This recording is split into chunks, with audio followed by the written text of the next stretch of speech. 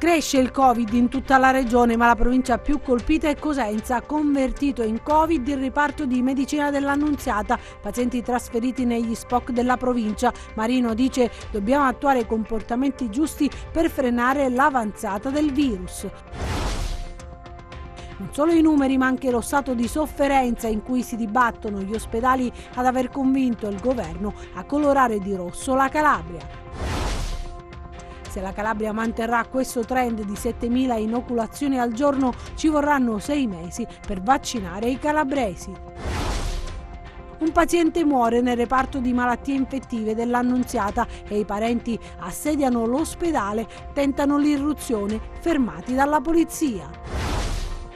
Un articolato sistema ha consentito ad aziende fantasma di intascare indennità previdenziali e assistenziali. 18 le misure cautelari emesse dalla Procura di Reggio Calabria, fra gli indagati il responsabile di un CAF.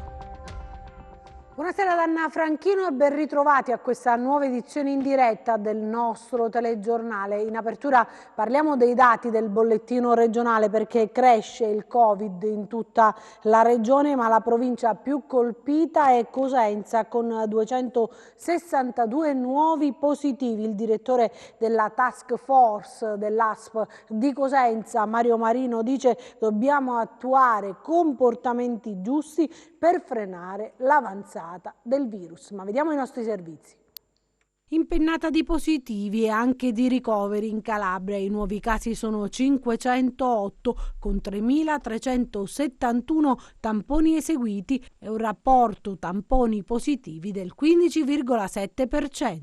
Le persone risultate positive al coronavirus dall'inizio della pandemia in Calabria sono 45.744, quelle negative 572.614. Più della metà dei nuovi casi si registrano in provincia di Cosenza, 262, seguita da Reggio Calabria 78, Catanzaro 67, Crotone 67 e Vibo Valentia 34. In area medica ospedaliera sono 21 nuovi ingressi, con il totale che arriva a 361, 2 invece i nuovi ricoveri in terapia intensiva, che ne registra 37. Le vittime di oggi sono 6, con 795 decessi da inizio pandemia, 3 nel Cosentino, 2 nel Catanzarese e 1 nel Crotonese. La situazione è preoccupante, io credo che siamo in terza ondata piena. È un'ondata che ci preoccupa, ma ormai siamo abituati, no, a questo genere di cose. Spero che sia l'ultima, perché stiamo facendo una bella campagna di vaccinazione, quindi io ritengo che se passiamo questo mese di aprile potremmo avere dati incoraggianti e soprattutto essere incoraggiati a pensare e a sperare nel meglio. Per quanto riguarda la geografia di queste positività riscontrate oggi, è sempre lo Ionio predominante oppure? No, è abbastanza lo Ionio, ma c'è anche la parte centrale della dorsale della provincia, in particolar modo Agri, Bisignano, che sono già state dichiarate zona rossa, c'è poi San Giovanni in Fiore, c'è la Presila, forse meno colpito il Tirreno questa volta. Come abbiamo imparato a conoscere, ci vogliono poi 2 settimane, almeno 3, per vedere gli effetti di queste zone rosse e anche della zona rossa globale che scatterà da lunedì. Sì. Per lei è stata opportuna questa decisione per quanto riguarda la Calabria e in particolare la provincia di Cosenza? Opportuna, non è mai opportuna una dichiarazione di zona rossa, però dobbiamo stare molto attenti e quindi è giusto che il governo abbia preso questa decisione, che ritengo che sia opportuna, perché loro poi lavorano su i dati che vengono a essere recepiti dall'indice RCONT, quindi voglio dire hanno una serie di fattori che imprimono una scelta piuttosto che un'altra. Ci sono casi anche nell'RSA, un fenomeno che sembrava ormai sconfitto con la vaccinazione, ma come è avvenuta questo contagio? I casi indice che abbiamo potuto intravedere in alcune RSA della nostra provincia sono dovuti a soggetti che, malgrado siano stati tamponati all'ingresso e siano risultati negativi, erano nel cosiddetto periodo finestra, quindi nel periodo di incubazione, quindi poi si sono positivizzati in un secondo momento. E questo aumento dei contagi ha fatto sì che il pronto soccorso di Cosenza fosse in affanno. Il reparto di medicina dell'Annunziata adesso sarà convertito in Covid. I pazienti saranno trasferiti negli SPOC del territorio dell'intera provincia di Cosenza. Situazione ricoveri al limite negli ospedali della provincia di Cosenza. Allora l'ASP ha diramato una circolare con la quale dà delle disposizioni urgenti, soprattutto alla luce di ciò che sta accadendo nelle ultime ore, dove molti pazienti Covid si trovano all'interno del pronto soccorso dell'Annunziata in condizioni che necessitano ricovero urgente. Le disposizioni concordate con il direttore sanitario dell'azienda ospedaliera cosentina hanno previsto la trasformazione del reparto di medicina generale in medicina Covid e i pazienti ricoverati in questa divisione verranno trasferiti presso gli SPOC e gli ospedali dell'ASP di Cosenza. Il tutto avverrà grazie al 118 che garantirà nelle prossime ore i trasferimenti così da liberare posti per le persone gravi colpite dal Covid-19. E intanto abbiamo parlato di misure più restrittive da lunedì per contrastare l'avanzata del virus anche nella nostra regione, non solo i numeri ma anche lo stato di sofferenza che abbiamo visto in cui si dibattono gli ospedali ad aver convinto il governo centrale a colorare di rosso la nostra regione. Da lunedì dunque la Calabria sarà di nuovo in zona rossa, regole più severe per contenere l'aumento dei contagi e allentare la pressione sugli ospedali. Ecco allora cosa si può fare e cosa non è consentito. Si può uscire di casa ed è possibile spostarsi solo per motivi di lavoro, salute e necessità, motivi che vanno sempre certificati con il modulo di autocertificazione. È possibile raggiungere le seconde case, infatti è sempre consentito il rientro alla propria residenza, domicilio o abitazione. Non sono permesse visite a parenti e amici, con eccezione di 3 giorni a Pasqua, 3, 4 e 5 aprile, quando sarà possibile una visita al giorno all'interno della regione dalle 5 alle 22. Fino al 6 aprile saranno chiuse tutte le scuole e gli asili nido. Per quanto riguarda il commercio, sospese le attività al dettaglio con varie eccezioni, negozi di alimentari e altri negozi considerati di prima necessità come farmacie, parafarmacie, edicole, librerie, tabaccherie, fiorai, benzinai, elettronica, ferramenta, articoli elettrici, elettrodomestici, prodotti per l'infanzia che resteranno aperti. Chiusi invece i mercati, salvo quelle attività dirette alla vendita di soli generi alimentari, prodotti agricoli e florovivaistici. Chiusi parrucchieri e centri estetici, bar e ristoranti chiusi, tranne che per l'asporto o la consegna al domicilio. Resta consentita fino alle 22 la sola ristorazione con consegna a domicilio o asporto, con divieto di consumazione nelle adiacenze. Consentito l'asporto fino alle 18 dai bar, asporto possibile fino alle 22 da enoteche e vinerie. Continuano a rimanere chiuse le palestre e le piscine. È consentito però svolgere attività sportiva solo all'interno del proprio comune da soli e vicino casa. Si può passeggiare nei pressi della propria abitazione e nel rispetto della distanza di almeno 1 metro da ogni altra persona e con obbligo di utilizzo della mascherina.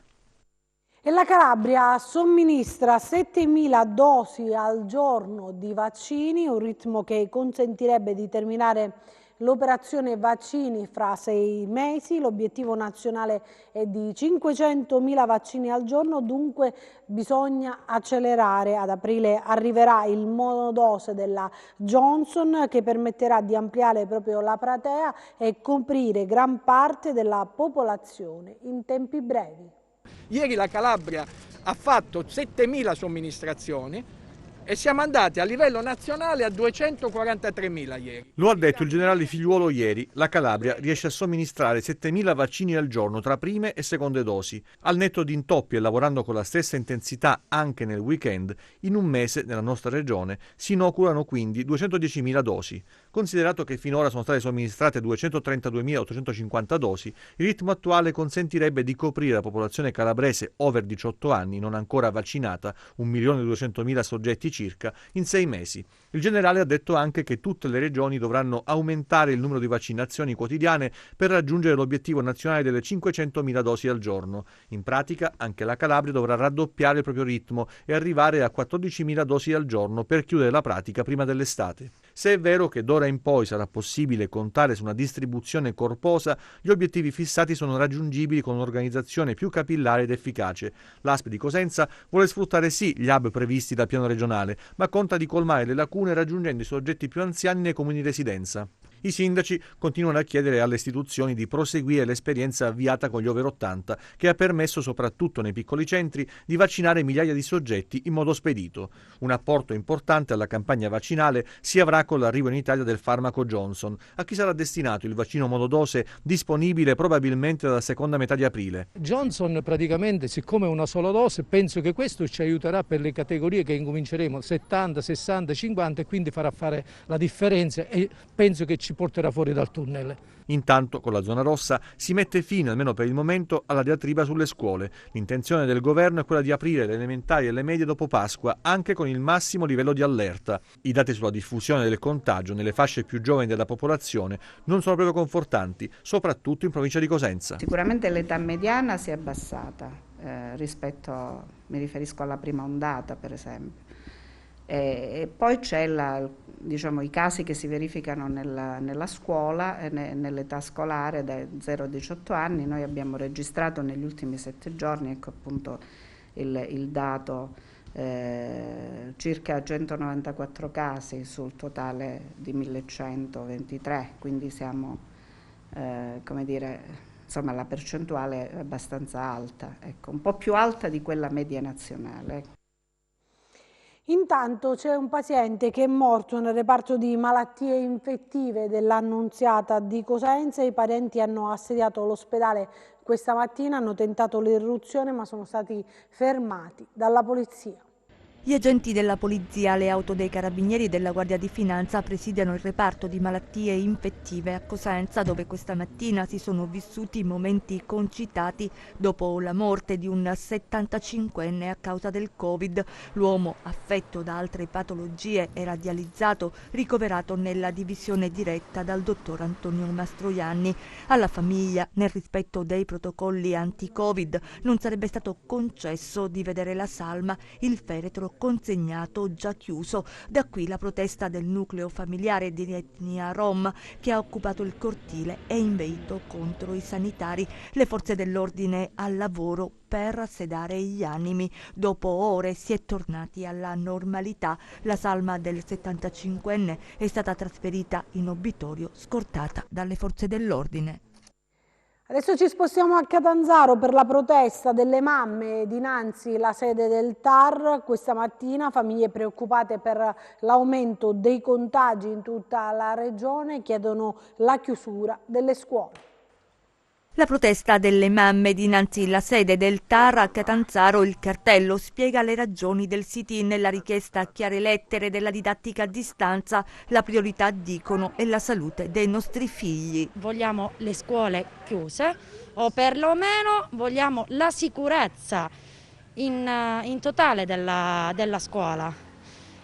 Loro ci dicono che le scuole sono sicure, ma non lo so se effettivamente sono sicure o meno. Hanno seguito il balletto delle ordinanze emanate dai sindaci e dal presidente facente funzione della regione, ordinanze puntualmente bocciate dal Tribunale amministrativo regionale, dove evidenziano si lavora in smart working. Il TAR, che come ben vedete, ben sapete, è chiuso, lavora da remoto, in non meno di 12 ore praticamente riapre le scuole.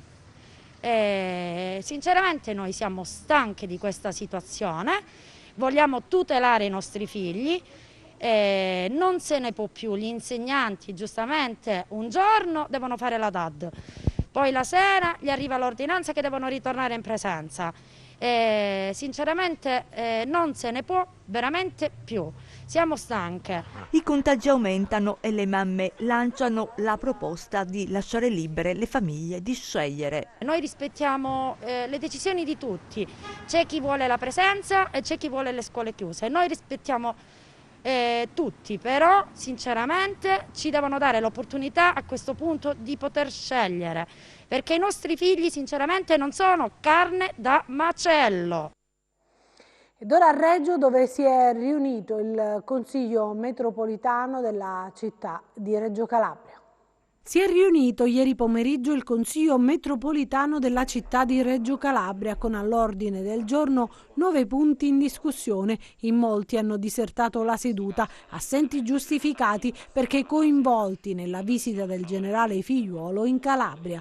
Raddoppiare la quota del Recovery Fund destinata al Sud, questo il punto principale. Tra gli altri punti all'ordine del giorno si è aperta anche una discussione spontanea sul Recovery Fund e sulla necessità che questo 34% si raddoppi di fatto, perché quelle che sono state le proposte che abbiamo esposto anche nel corso del forum proposto dal ministro Mara Carfagna oggi sono diventate oggetto di discussione e si è trovata grande condivisione rispetto alla necessità che, per quanto riguarda il tetto massimo delle risorse da investire nel Mezzogiorno nell'ambito del Recovery Fund, si superi quel tetto del 34%, peraltro comprensivo delle risorse ordinarie dei fondi strutturali 2021-2027 e, seguendo anche quello che suggerisce il rapporto Svimez, si arrivi a un 60% delle risorse totali da investire. Soltanto così si potrà individuare il carattere aggiuntivo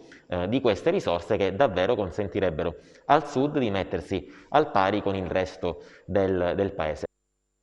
Ed ora vi do in diretta una notizia che riguarda un'ordinanza emessa dal presidente facente funzioni della regione Calabria Spirlì, il divieto di ogni spostamento in entrata e uscita nei territori in zona rossa, nonché all'interno dei medesimi territori, salvo per gli spostamenti motivati da comprovate esigenze lavorativi e situazioni di necessità, ovvero per motivi di salute, è consentito il rientro presso il proprio domicilio, abitazione e residenza e anche la sospensione in presenza delle attività dei servizi educativi dell'infanzia, scolastica e didattica delle scuole di ogni ordine e grado che si svolgono esclusivamente con modalità a distanza, la sospensione anche delle attività commerciali a dettaglio, fatta eccezione per le attività di vendita di generi alimentari e di prima necessità e la sospensione delle attività dei servizi di ristorazione, fra cui bar, pub, ristoranti, gelaterie e pasticcerie, restando consentita la sola ristorazione con consegna a domicilio, anche la sospensione delle attività inerenti servizi alla persona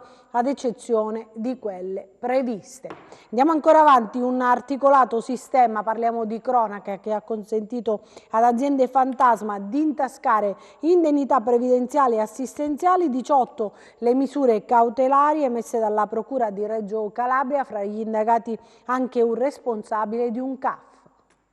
L'hanno chiamata fake green, verde falso, l'operazione con la quale i carabinieri di Reggio Calabria di San Roberto, piccolo centro collinare nell'Interland reggino, hanno smantellato un'organizzazione che era riuscita a spillare soldi all'INPS. L'accusa è di truffa aggravata. Secondo gli inquirenti l'indagine è stata coordinata dalla Procura di Reggio. 18 persone, uno di loro è stato arrestato ed è ai domiciliari, avevano organizzato un sistema attraverso il quale percepire benefici in soldi. Erano state infatti fittiziamente aperte 7 aziende agricole, mai entrate in funzione, e si facevano figurare persone come braccianti agricoli, le quali chiedevano illegalmente le indennità previdenziali previste, dalla disoccupazione alla malattia, alla maternità e ad altri tipi di contributi. Inesistenti le 7 aziende, inesistenti dunque i falsi dipendenti. A capo dell'organizzazione il 65enne Giuseppe Romeo, responsabile di un CAF a Reggio. Era lui, secondo l'accusa, a creare le aziende agricole, a denunciare i falsi rapporti di lavoro, a istruire le varie pratiche previdenziali. Romeo è stato arrestato ed è ai domiciliari. Gli altri 17 indagati avranno l'obbligo di presentarsi all'autorità giudiziaria. I carabinieri inoltre hanno sequestrato 110.000 euro. E torniamo invece ad occuparci dell'omicidio di Mongrassano, dove un uomo ha ucciso investendolo più volte il fratello, un dramma familiare al quale hanno assistito diversi testimoni. Si trova in una struttura protetta la 22enne che mercoledì scorso a Mongrassano ha visto il padre, Giuseppe Marino, 45 anni, uccidere il fratello Pasquale di 47 anni. È scossa per quanto accaduto e agli inquirenti ha raccontato la sua verità. Ha smentito quelle voci che circolavano in paese, cioè che lei avesse una relazione con lo zio. Mi stava solo aiutando, ha raccontato. Quel giorno aveva chiesto allo zio un passaggio fino a Cosenza. Voleva allontanarsi dal padre che l'avrebbe più volte picchiata. Giuseppe Marino non voleva che la figlia frequentasse il fratello, sospettava una relazione tra i due e poi considerava quel fratello, che da circa un anno era tornato dal Sud America, un tipo poco raccomandabile. Tra i due da tempo i rapporti erano tesi, le liti erano frequenti e 3 giorni fa il drammatico epilogo di una complicata vicenda familiare.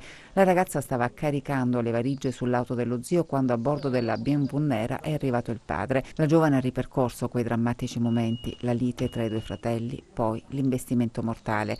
A bordo dell'auto con la quale Marino ha investito e poi schiacciato per 3 volte il corpo del fratello c'era un bambino di soli 10 anni e la cognata, che ha raccontato agli investigatori come sono andati i fatti. Giuseppe Marino, per il quale il GIP ha convalidato il fermo, ha detto di aver ucciso il fratello perché aveva una relazione con la figlia e la induceva anche a consumare stupefacenti, versione però respinta dalla ragazza.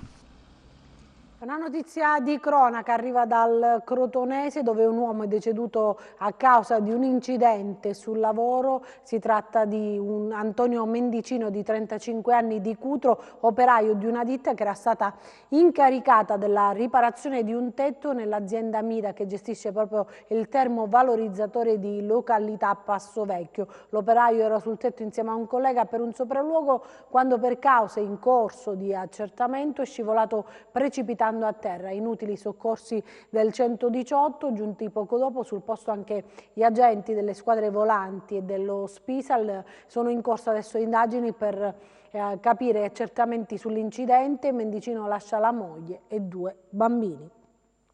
Adesso la nostra rubrica dedicata ai libri a cura di Rosalba Baldino.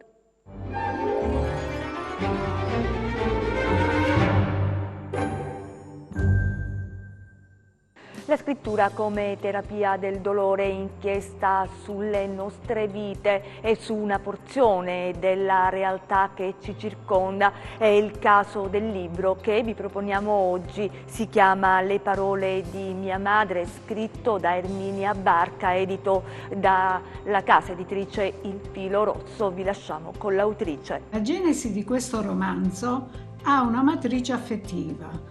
Ho voluto con questo scritto risottrarre all'azione del tempo annientatrice il ricordo della mia infanzia vissuta accanto a mia madre e insieme alla mia famiglia. Ripercorrere le tappe fondamentali di questi momenti ha consentito a me un riesame di quella che è stata la mia vita accanto a mia madre e accanto ai miei fratelli, e soprattutto un voler rivalutare storicamente il periodo e la società in cui noi siamo cresciuti. La storia che io ho narrato prende in considerazione anche l'evoluzione che la donna ha compiuto nell'arco di 70 anni, in cui ho potuto analizzare 3 generazioni a confronto. La vita di mia nonna, prematuramente scomparsa all'età di 25 anni, quella di mia madre, vissuta tra angustie economiche, affettive, deprivazione culturale, e quella mia e delle mie sorelle e di mio fratello in un contesto evolutivo caratterizzato dalla società degli anni 50 e degli anni 60. E vediamo adesso le previsioni del tempo.